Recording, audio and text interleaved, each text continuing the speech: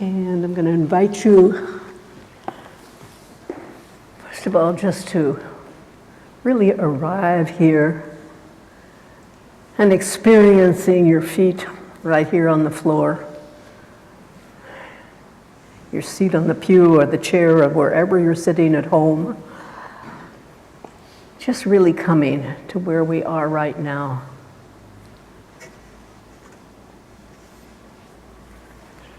And I'll invite you also to close your eyes. You know, in Zen, they call the eyes a thief because they steal our attention. Of course, they're necessary. But at this point, we'll close our eyes and take a long, deep inhale, an in-breath, and a slow exhale.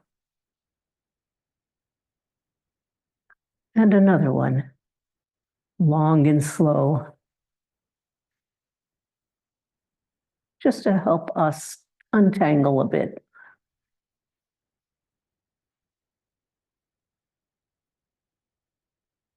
And then just breathing naturally, your own natural pace.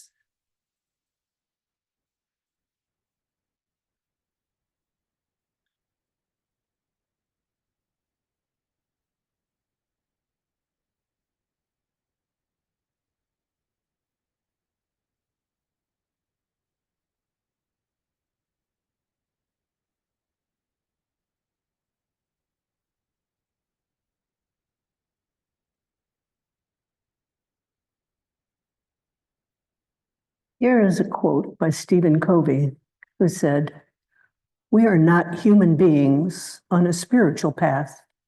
We are spiritual beings on a human journey." What does this mean to you? Asking you not to think about it. How does it feel? You have a feeling sense within. How does it land with you? Or does it?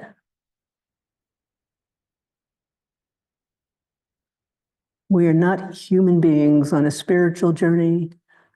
We're spiritual beings on a human journey.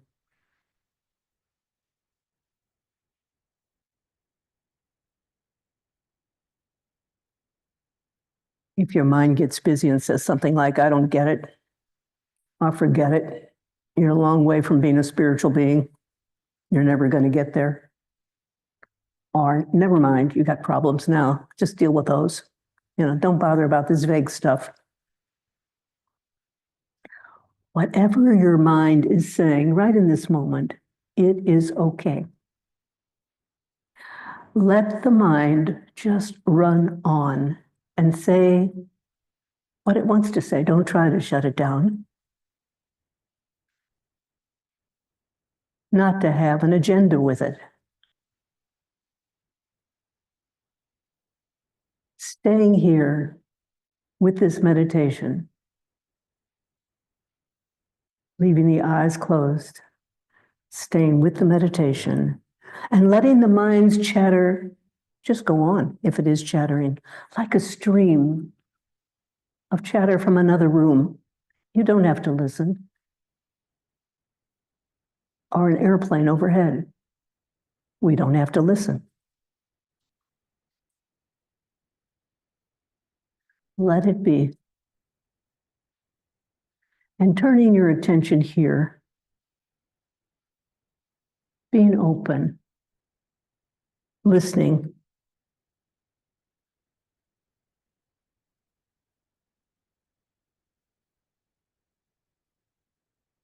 Again, we're not human beings on a spiritual journey. We are spiritual beings on a human journey. We all know the human journey. We know what it is. 10,000 joys, 10,000 sorrows. And for many of us these days, it feels pretty much more heavily weighted in the area of the sorrows and uncertainties. But the spiritual beings, what does that mean? Spiritual beings means all of us. Those of us here in the sanctuary, those at home, your neighbors, everyone, including political leaders in DC and in Myanmar who are imposing dictatorship on their people. In the Congo, where there is chaos at present, all of us, wise, loving people, the cruel ones, the ignorant ones and indifferent people, all of us in this context of this quote are spiritual beings.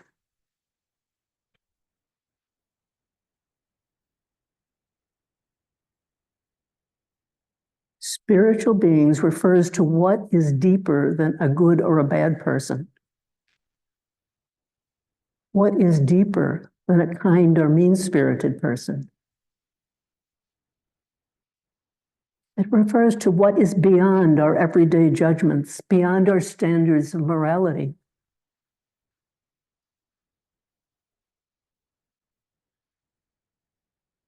Spiritual being refers to your very nature, natural awareness, being, all our words, phrases, true nature, Buddha nature. No one can be so bad, so self-centered, violent, mean-spirited, that they can lose their nature. And no one can be so good, so skillful, compassionate, and loving in thoughts and actions that they can attain their nature.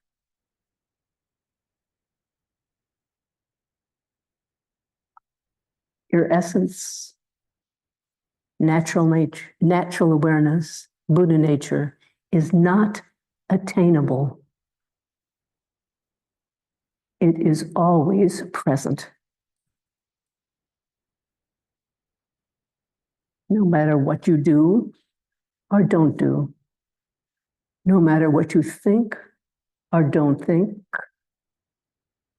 feel or don't feel, you are it.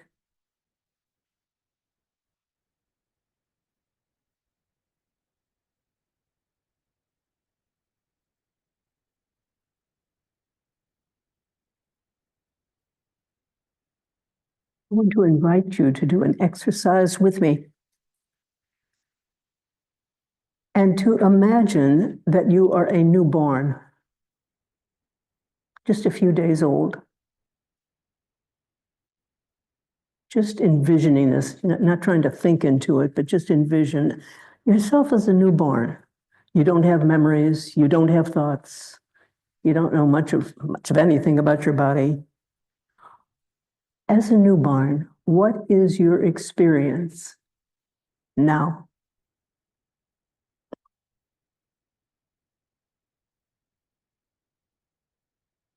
What is it you experience now as a newborn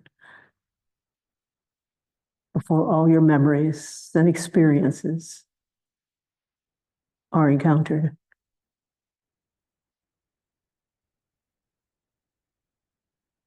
Touching into that.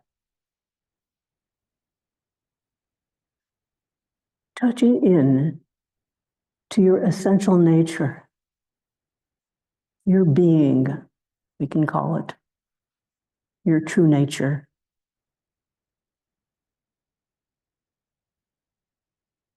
Staying with that for a minute and inquiring, is that inside or outside of your body?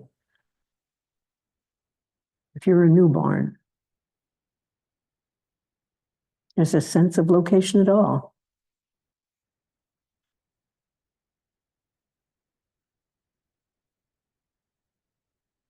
Does it have a size?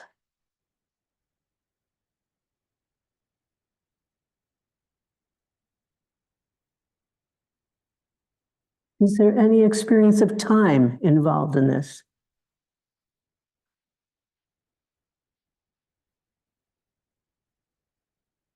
Or age?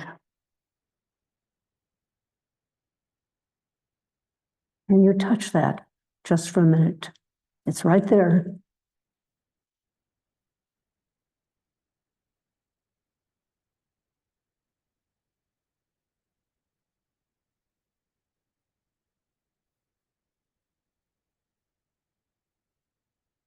So now just relaxing again.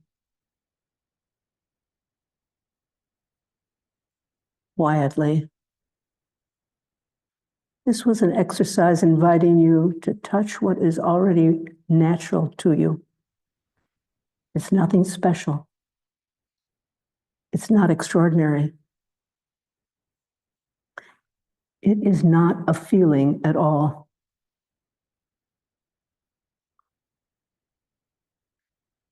It exists before there is any sense of content or experience. It's just awareness.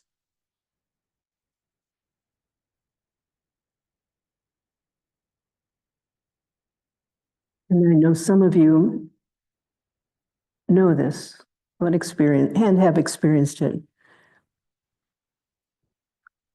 Or maybe for you today, you didn't experience it. You wonder, what was that about?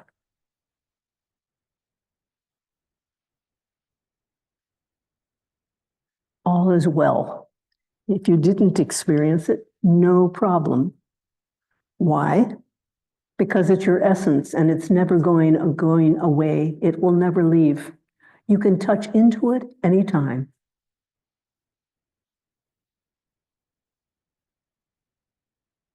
It is simply a matter of stepping back with attention, the usual focus of attention, back past thoughts and emotions to the still inner place, which is always present.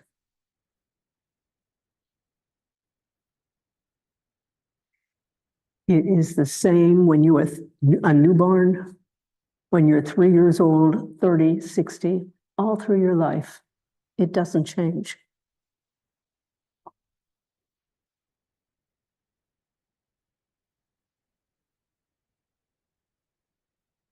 It's whole, undivided.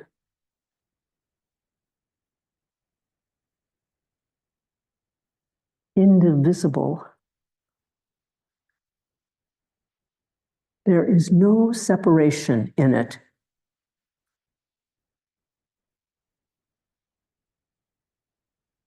And if you've touched into that, you know that. All of which is to say, this is love. This is universal love. No separation. It is not a feeling. It is a simple fact of being. It is your essence. It's present when you're feeling compassionate and kind. And it's present when you're confused and angry and afraid. It is present when you're well or when you're sick. It is you.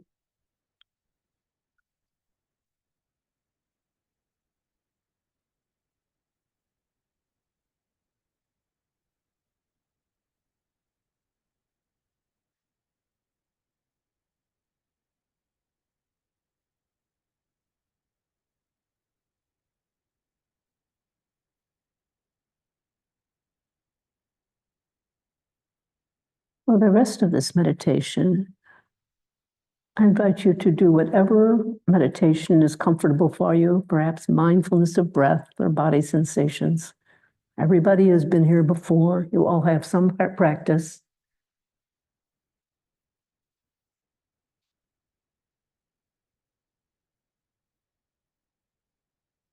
allowing that practice just to flow. And from time to time, during the rest of this meditation, I invite you to step back, to shift your attention from the breath, the body sensations, or wherever, and touch into your essence, to what is before the content of your awareness, the still, quiet place inside. Just for a moment. I'm going to do that several times during this meditation, just stepping back, touching into your awareness, and then moving back into your practice.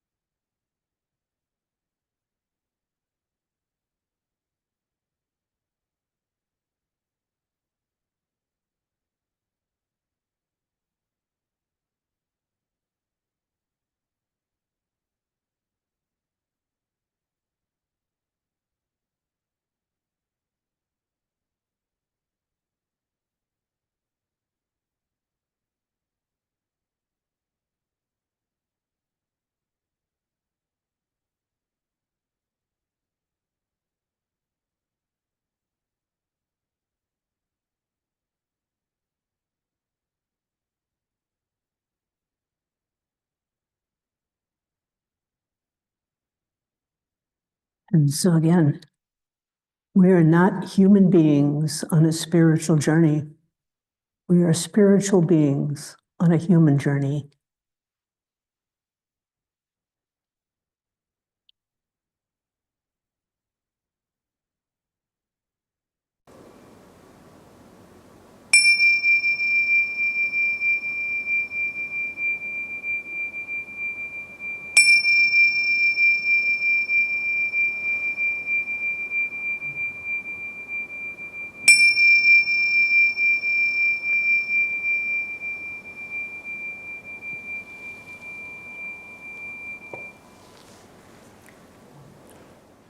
I had just returned from India. I'd been in India for a couple of weeks, stayed in an ashram. And on my return journey, the first leg of it was a car ride from the ashram to the airport in Mumbai, and that was a 7-hour ride. So the driver of the car had a respiratory condition, which I think was a comment on the poverty in which they lived. You know, if we would say stay home and rest. Well, he didn't. He drove us to the airport, and then he obviously had to drive back. It was like at least a 15-hour day, if not longer. So he did. But the point, I'm not going into the poverty that he probably experienced, but to say that when I got out of the car, I had a respiratory condition. So I got back, and I was really quite sick. I had a cough that kind of went down to my toes. Next day, I went over to CVS and to get a prescription. It wasn't ready, so I waited for it. You know, there are those little chairs that are by the wall.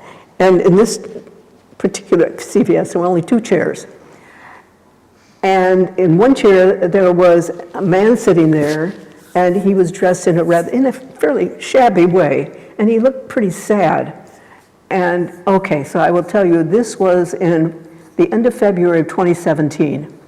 That was the first month of the first presidency of Donald Trump. And there was already a good deal of chaos that had happened. And the truth was, I looked at this man. I was sick. I wasn't in my best shape of mind, but I thought, he's a Trump supporter, and I just didn't feel like talking about anything, much less talking about politics. But I sat next to him because it was the only chair and I wasn't feeling well. Well, the man, in fact, turned to me and he started to talk. But he didn't talk about politics. He talked about his life. And he told me that he had just recently lost his wife. And then he said that his daughter was taking in babies. He was from West Virginia. His daughter was taking in babies of parents who were caught up in the opioid crisis in West Virginia. And as he talked, he started to cry. And I have to say, it just melted my heart. Here was this man that originally I didn't even want to sit next to him. I didn't want to talk to him. In fact, I didn't start the conversation. He did.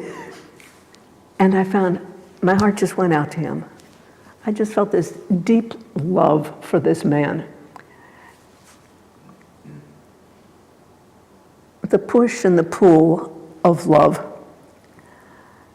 And I think that they join, and they did join in the context of this story. Here I had some aversion, but I was pushed by suffering. And also my heart was just pulled by love for him. We can distinguish in our own life what maybe is a major force, whether our own suffering has pushed us into spiritual practice, or what's the love for something that we can't quite put our finger on that seems to be missing, pulls us and said, come, you need to come here. Whatever, they join. Both are authentic ways that spiritual life works, that what we are, our nature, which is love, how it works in us. Being aware, for you, what is predominant? Is it the push of suffering? Are you pulled by love? Or is it both? And do they change? Sometimes one, sometimes the other. Just being aware of it. What's going on? How does this happen? How does this thing work? So I felt in retrospect that this example, or this little interchange that I had with this man, it was like the universe had appeared to me in the form of this man. And it pointed out to me, and I heard it. It said, "You see, darling, you're all one. You may have a lot of superficial differences, but you're one." And that's it. This is the very basic, elementary, fundamental nature. We are all one underneath all of our differences. And they can be profound. We all understand that. But fundamentally, in spiritual practice and life, we're really called on to remember that. Not to forget it. Rupert Spira, who teaches he's English, he teaches a great deal on non-duality. He calls it shared being. It is just a fact. It's nothing that we want, don't want, if we're out of the picture. That's just we share our being with all living things, not only the human living things, but all other living things. And then I thought of a comment, some of you may remember Walt Kelly. He was a cartoonist, Pogo, in the 20th century, a long time ago. And his most famous statement was, "We have met the enemy and they are us." Now, we being good people don't like to think we have enemies. We don't think of that. But we can think of the word other. We have met the other and they are us. Most fundamentally. And I think that remembering they are us. So I think our soul knows the truth, if I can use that word. I know it's not a Buddhist word, but I think we all relate to it. Knows that truth, even if our minds have all kinds of qualifications. Yes, but we're us, but we're all the same, but.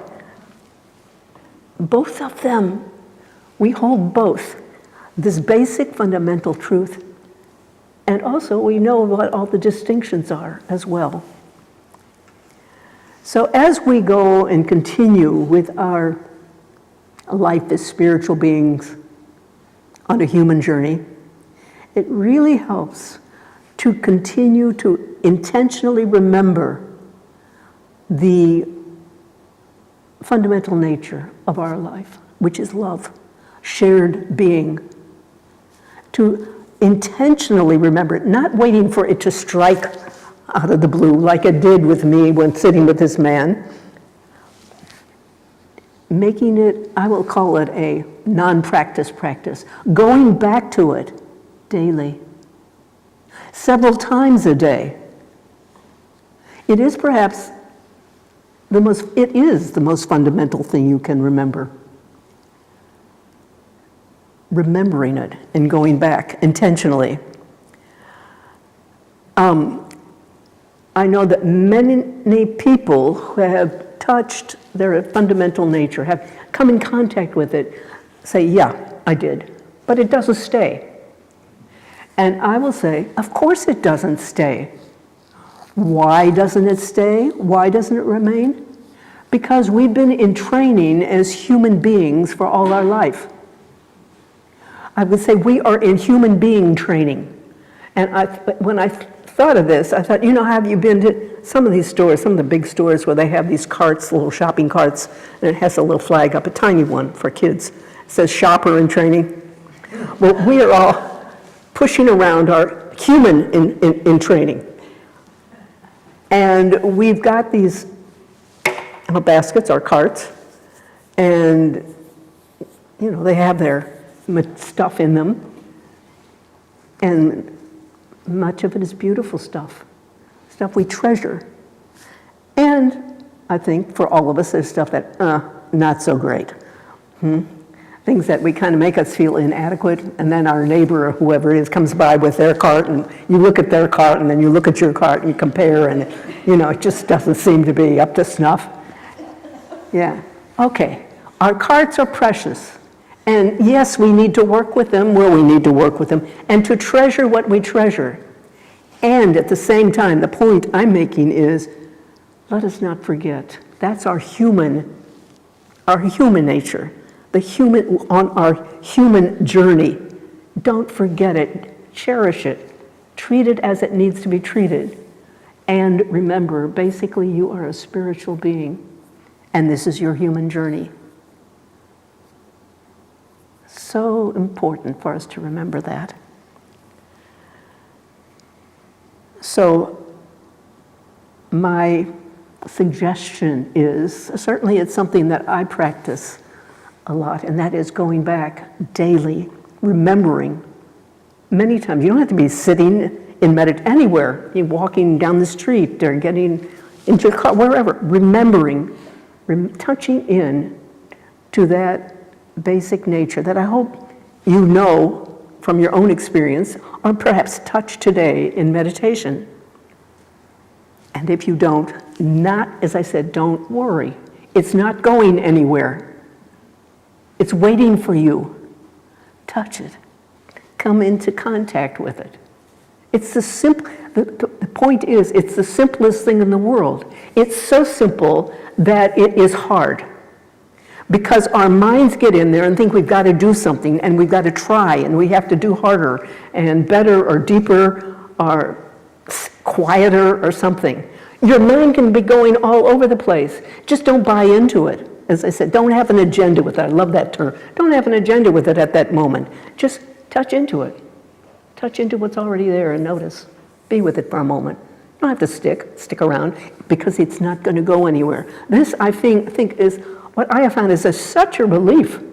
Like, wait a minute. It doesn't mean that you have to be the best human being ever, and when you fail, you have marred your record or something horrible. Haven't we all had that at least I have at times, oh my God. Well, it's okay. You're just a human being. It's the way it goes with human beings. So, touching in many times a day is an invitation. No setting a clock. Do whatever works for you is the point. But what you'll find that the more you touch in, the way more your life will naturally align with these basic truths. It will naturally align, and it will more naturally shine from you. What you are, it's your training as a spiritual being. It will just shine from you more naturally. You don't have to make it shine. You don't have to be nice. It just does. You see? I mean, I'm not saying don't be nice. Of course, be nice. But yeah, it just shines. Alignment. I love that word. You becoming more and more aligned with what you truly are. It's just so simple and basic. And so just remember, when the mind gets in, it's, oh no, not me. I could never do that. Forget it. You can think you already are it, is the point.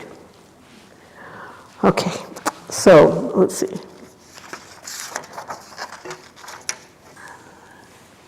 Oh yeah, just one more I made a comment during the meditation.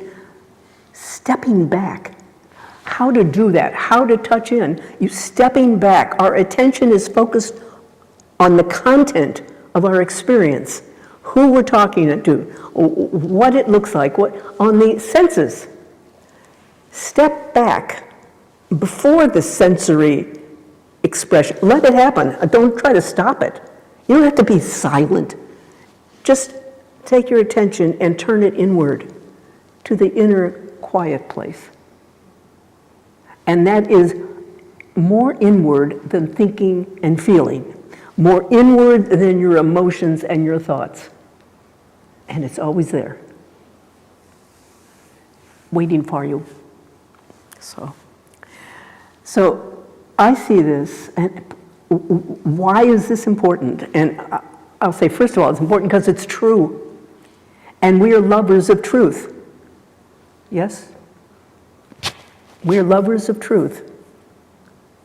And that is like,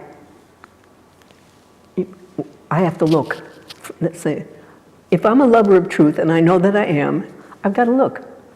There's just no question. I may not always feel like it, and I don't always have to, but I have to look. I can't ignore it. That's the first reason. But I will also say that these days, at this time of such incredible uncertainty and so much pain in our society, it's even more important. This stepping back and touching what you truly are becomes like the North Star. It becomes the foundation. It never changes. Everything else changes. As the Buddha said, all conditioned things are impermanent. Everything is impermanent. This is not conditioned. Conditioned is what happens in our everyday life on our human journey. But as spiritual beings, and the Buddha didn't put it this way, no problem, but as spiritual beings, this is what doesn't change. So that is the invitation, choosing love, especially at this time. And that is the love of your true nature. Doesn't mean you go out and hug everybody. I hope this is really clear, right? So choosing love and choosing truth. So that was actually what I wanted to say. Last time when I gave a talk, the talk went right up to the end, and I made a comment that, oh gosh, I wish that we had time to have a conversation, because I really think those can be so wonderful. And I was talking to Helen, and I said that to her afterwards, and she said, well, why don't you do that after this talk? And so that fits in perfectly. This is what I would like to do now, is just have a conversation. Questions, your comments, your observations, just letting it flow. And that goes also for people on Zoom as well. Just letting it flow. And if you have any observations or comments to begin with, please, let's do that right now.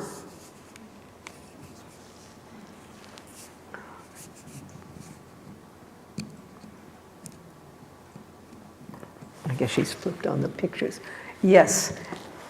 Who has a comment or a conversation about tonight's meditation? Or, yes, John. Thanks. Well, I thought your shopping cart analogy was just fantastic. I can just have this vision of everybody walking down the aisles with different sized carts. Yes. So given that, what I immediately went to is, okay, well, gosh, I should aspire to having a smaller and smaller shopping cart, right? But that seems like a trap, a human trap, right? A self-help trap. So Yes. what is the right mindset that we should have as spiritual beings? Since we are also on a human journey, we need a cart, because we have a psyche that Right. is important at some level.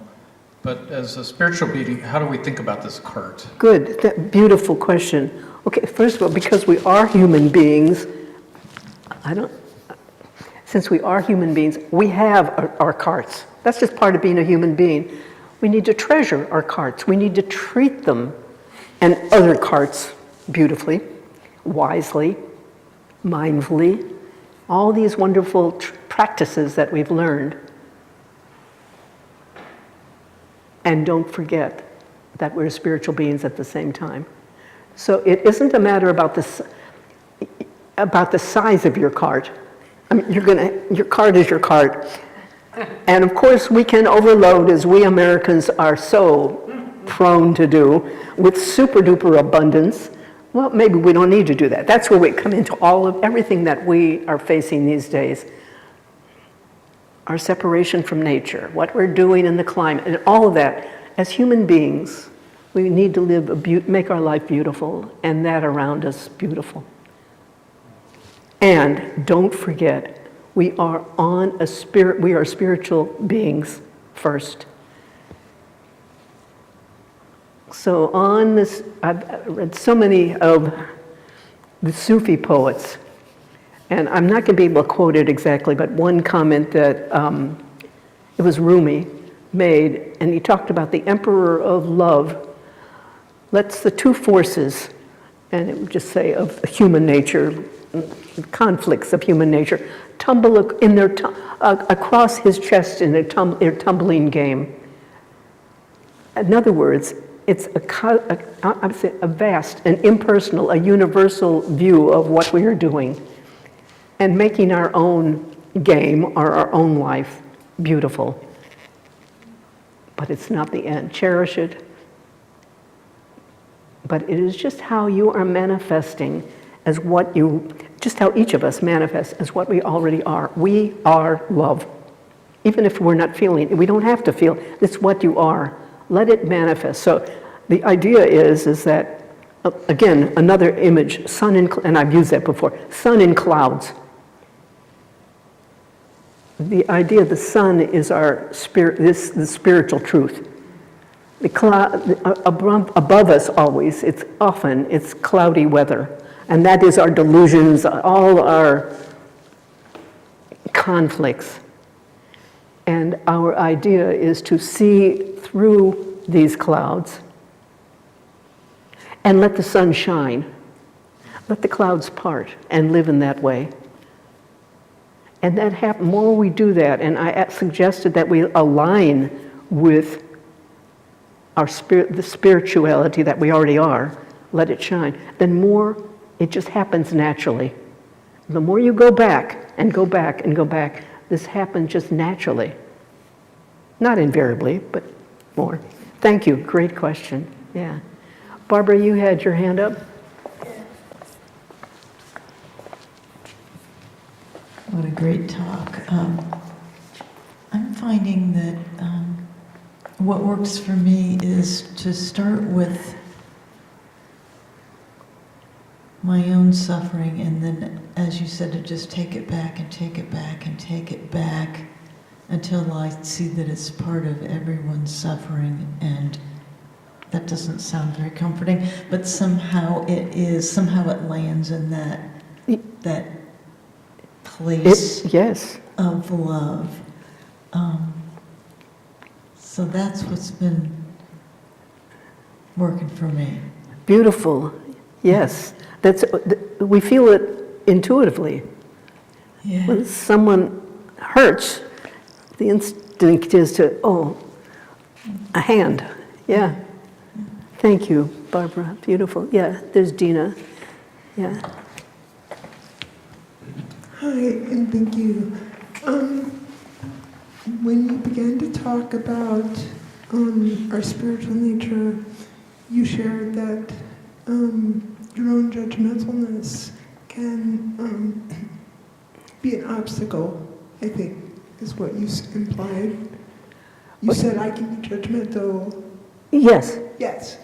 So the judgmentalness then would be your cart, right? When you what? Your cart, your shopping cart. Yes. Correct? What is the answer? What is she? Your judgmental self. Yes. It's part. The cart. Yeah, as is your love, all the love and everything we do in our daily life. Yes, it's all part of the cart. Right. Okay. I was just wanting to clarify that because I think that's what I believe. Yeah. Yeah. Yes, that's true. And we just recognize that it doesn't have to be like that. If we align with what our true nature is, if that's our effort, going back and remembering, it's just natural. It's going to get not perfect. Nobody is perfect. You don't have to act out of it all the time. Less and less and less out of the judgmental nature. Right. But you would treat it beautifully and carefully and treasure it as part of the human experience, right? That's what I understood. Yes, and maybe it's an experience you don't want to indulge in, right? Okay. Yes. Yeah, thank you. Yes, Sidna. I've often wondered why I love newborns so much. Why you love what, humans? Newborns. Newborns. Yes. I just do. I was a pediatric nurse, but that's beyond that. Okay, They put were your- beyond that. put- They were beyond that. Yes. And it makes me understand a little bit more. I've often looked at them, I wonder, where have you been? Where are you? And that's before they can say goo-goo or anything. So this helps me to understand the spirit. They are so spiritual. We were. When I envisioned myself, I tried to envision myself as a newborn, not screaming my bloody head off. But Good. Does that make sense? Absolutely. Actually, we could say that a newborn is closer to their pure nature than we are as we accumulate all of our experience down the line. And that as we are on this spiritual journey that we know, this becomes what we try to get more in touch with, as I've been saying, our original nature. In Zen, they talk about is a Zen koan. It is what was your original nature before you were born? And actually, that's what I was asking everybody to look at, in a whole different set of words. And it's right there. Thank you. Beautiful. Yeah. Anybody else? Or is there anyone online? Everybody's blank online.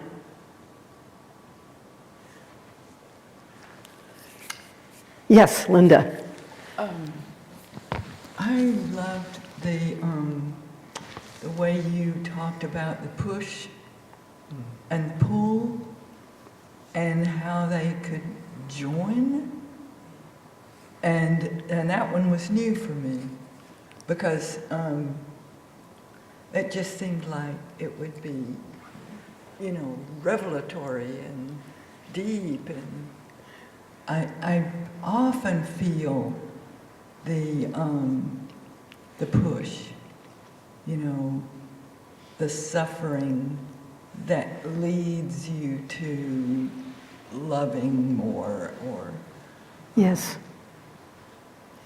and then that compassion that you had for the man in the next chair as the pull, Yes. right? Yes. And how was that experience of them both joining together for you? Yeah, I mean, it happened. It wasn't me doing it. It's like, in fact, the universe was right there. The universe was this man, and the universe was me, and it was showing me, anyway, I don't know it, but showing me that all of this was love. Yeah. It was just love. Yeah. I use that word a lot.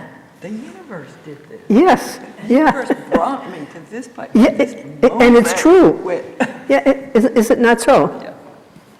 Yeah. It's the same thing as saying we're spiritual beings. It's just different wording, yeah. Anybody else, a comment?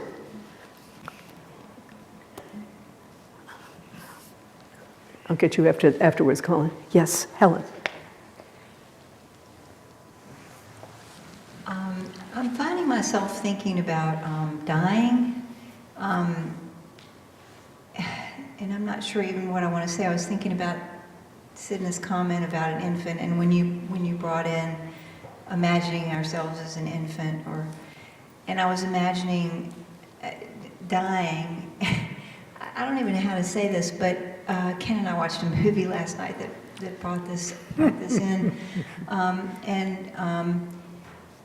I remember doing an exercise one time where you had like your 10 most important things in your life, and you took away one at a time. Yes, I remember that. Imagining you're dying. And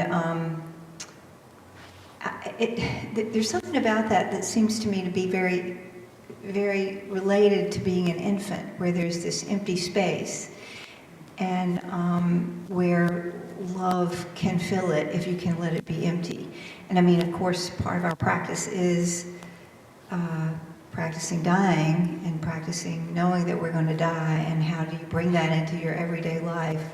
I mean, in the movie, he knew he was dying, and he, when he was finally asked at the end, I mean, by his mentor, he had been a famous violinist who had lots of accolades, but what really fed him was going back to his roots and just working with this little motley choir that so much came out just because he was dying and he was listening and being still a lot. Anyway, I don't need to go into that, but he says at the end, his mentor says, well, did you find your dream? And he says, well, yes, I did. And he said, with this group? And he said, yes, because they love me and I love them. Beautiful. So I don't know what I'm trying to say. Yeah, but beautiful. I would just say, you said something, when we're empty, I don't think we need to think about it as, I think empty is, can be misleading. I know what you're getting at, but it can be misleading as a word. It isn't so much empty as touching more closely into our original nature, into our fundamental nature, into love. It's the same thing that I know that you're referring to, but as we get closer and closer to it, and we just touch it. Spacious? You can use a lot of words. Yeah, actually what it is you can't put words to it, is the problem. So you can put lots of different words to it. So I'm just, pardon me, suggesting empty might not be the best word. But I hear you, yes. Thank you. Yeah. Colin.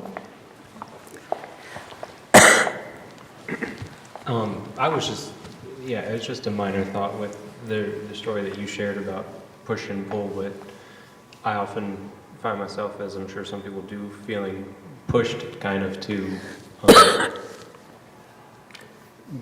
by whatever I'm going through, pushed to, for example, come to here tonight on Tuesdays. And oftentimes I feel like I do feel pushed in a way because I feel whatever we're going through, we may feel pushed, but once I get here, it often seems like I feel pulled to return kind of at the same time. And I may forget that when I'm feeling pushed, but usually when I'm here, when I'm connecting with, friends or family and other situations, there's a pull to return to that. Beautiful. And so it kind of seems to sort of feed itself in a cycle almost at times where once you realize that love or that connection, that then that kind of pull kicks in, and so you're sort of kind of like a magnet flipping around or something, pushed, and then the remembrance and experience of kind of connection and love seems to then pull you back in. That's beautiful, and I think that's the kind of clarity or awareness of ourself, of what's going on, that's useful. You can call it flip around, but I can just see it's just expression of what our human nature is, and just being aware. And that's why when the Buddha did talk a lot about suffering, and didn't talk so much about this other, but the other is very much part of it, the pull of the love, which he exhibited. This is, Thank you, Colin, that's good. Thank you, and thank you guys as a group. So. Anybody else have a comment, a question? I have so many questions. Oh, good. So many questions. That's how many there are. Good. As we were doing, as I was following your meditation, it struck me that what we're doing on this spiritual journey, and the other way around. Yeah, that's right. You got it. As I wander through this spiritual journey with a human self, that what we're doing is searching for meaning. That we want to know. I want to know. That's the pull for me. I want to know why am I here? Why are you here? Why are we as one here? And what does that really mean? And how to, all of that. It is such a. It's the existential question of being, I think. And it's marvelous and confusing, and I don't know why it has to come with suffering. I really don't. I'm curious enough to be able to do this without the suffering, but it seems to come with the package. That must be the human part. Yeah. I don't know what my question is. But I heard you made those comments, and I would like to comment on your comment. Please do. Take this away. Yes. About our pull to know, our desire to know. the approaches or practices are of backing off from content of experience, and from that is going to show you the answer that you're asking about. And it won't come in words, it'll come in knowing. Okay, so I will tell you my experience, why I know this so drastically clearly.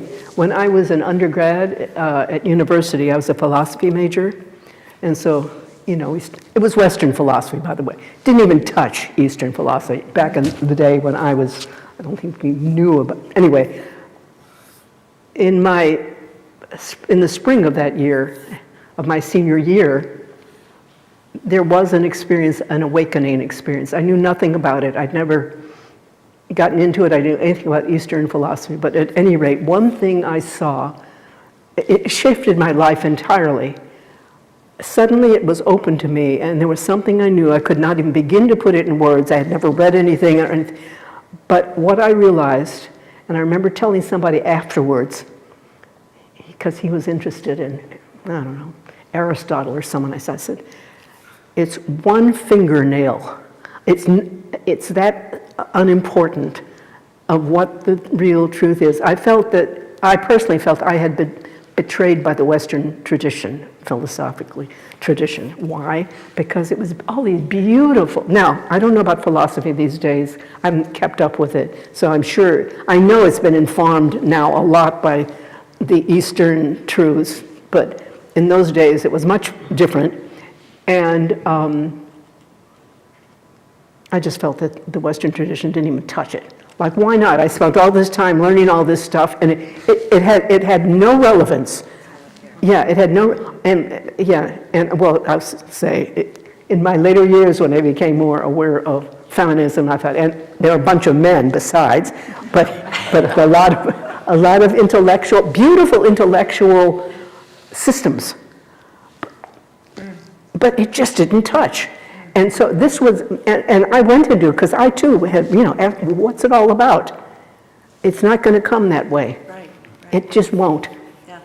But it will come by what we've been talking about tonight. And doing, not just talking about, doing. Well, friends, it's 8:29. Thank you all very, very much. Yeah. Thank you. Yes, yes.